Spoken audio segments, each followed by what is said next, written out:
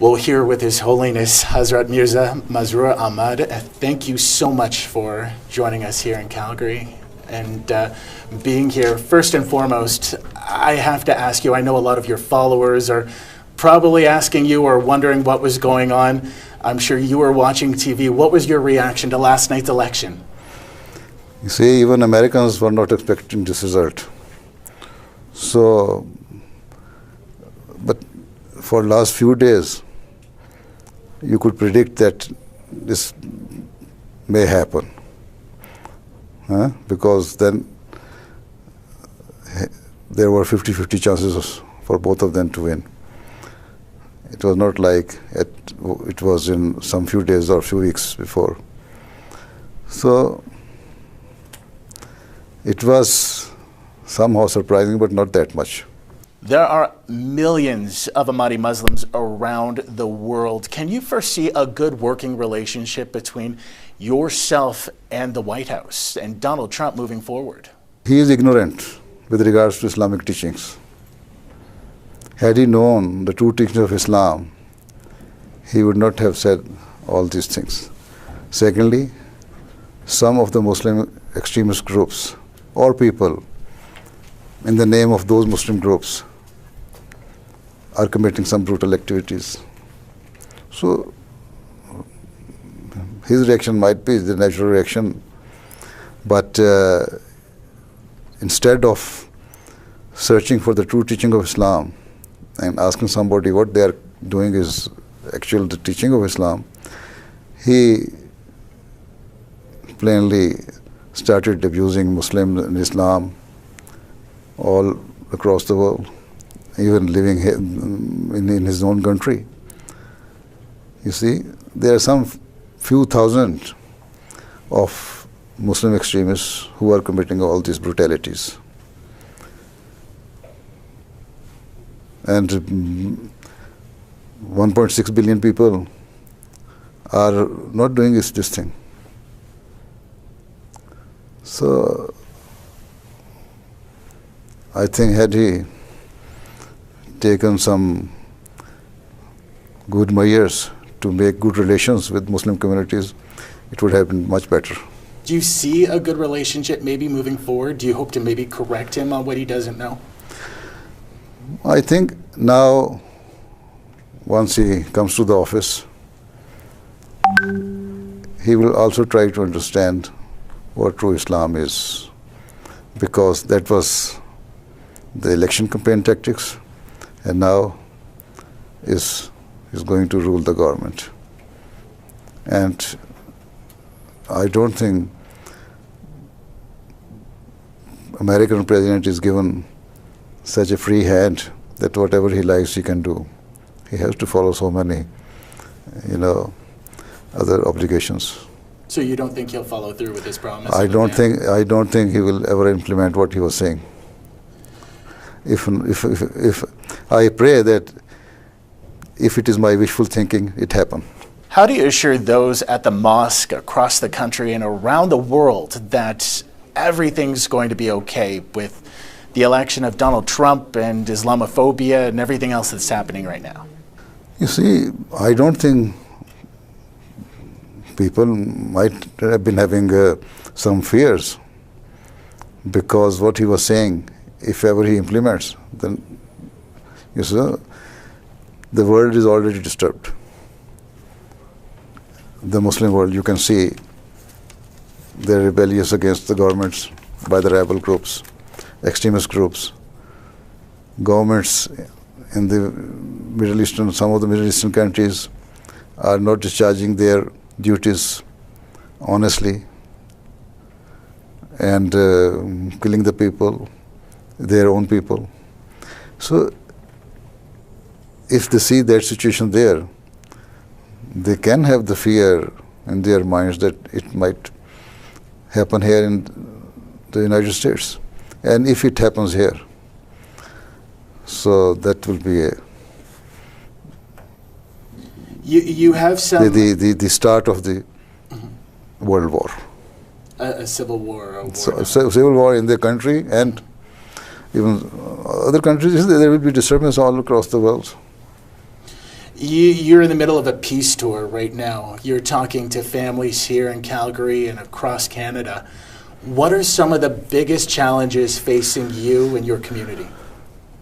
As far as we are concerned, we are a missionary community. We spread the message of love, peace and harmony according to the true teachings of Islam, and mentioned the holy book of Muslims, that is Quran. And we are law-abiding people. We do not retaliate in the way we are being treated.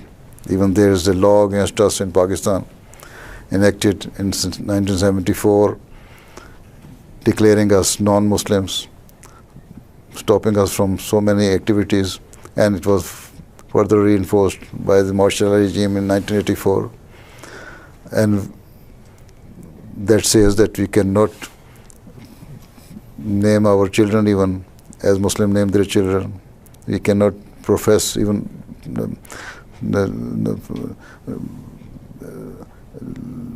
let alone this professing and preaching. We cannot even practice what we believe, right? So even then we never retaliated. We never reacted in the way we were being treated there by the so-called clerics there. So we are always law-abiding. If we live here, we shall live peacefully. If we felt that we cannot live here under these circumstances, we shall migrate. Where? That Allah knows. But I don't think the present day, the situation of the present day world is such that any of the big power can afford to behave in this manner, that you disturb your citizens to leave the country. So is it that anti-Islam sentiment by some leaders and ISIS, does that make a challenge for you in trying to get the word out of peace? The challenge in the sense that whatever the brutalities or atrocities they are committing, it defames the name of Islam. And we are the only community who is standing in the front to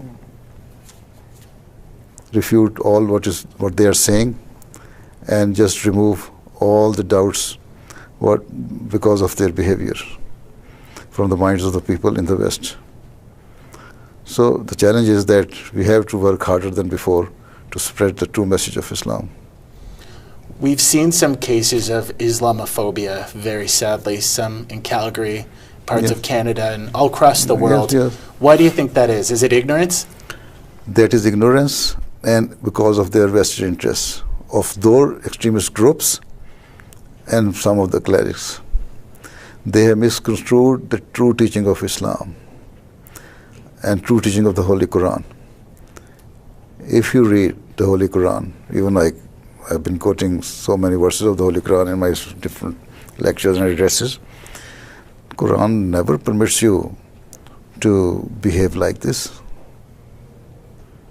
You see, Quran says that Allah, in the second verse of the first chapter of the Holy Quran, that Allah, the God, is the God of whole of the world, provider and sustainer of all of the world.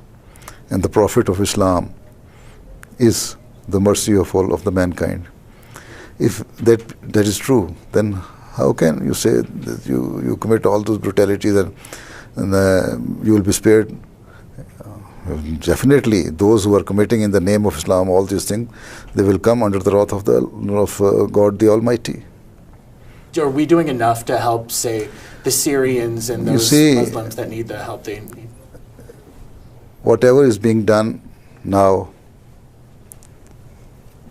is one thing is that it should have been done much earlier than now. And even what is being done now is not enough.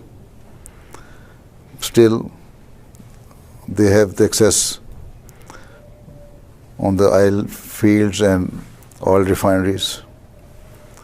they are selling their oil to the neighboring countries. Even Syrian government is buying. There's free flow of dollars in the ISIS area. Even bank-to-bank transaction is going on. So how can we, and even supply of arms, where are they getting their arms from? So all these things show that it is not enough.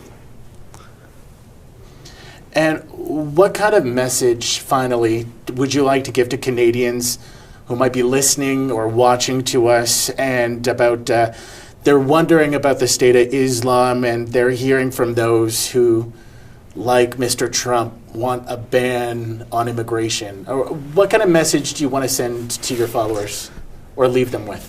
You see, we have to live peacefully. To my followers, as far as our followers are, the Ahmadi Muslims are concerned, as I have already said, we always live peacefully. And we believe in mutual understanding and, living amicably with each other. So this is always my message. Even I deliver this message in my sermons to the community members, that is listened to in all across the world through our channel, that we should never raise, or we should never stand up. We can raise voice as long as the law permits us, but we should never raise or retaliate in a manner which is not going according to the law of the land.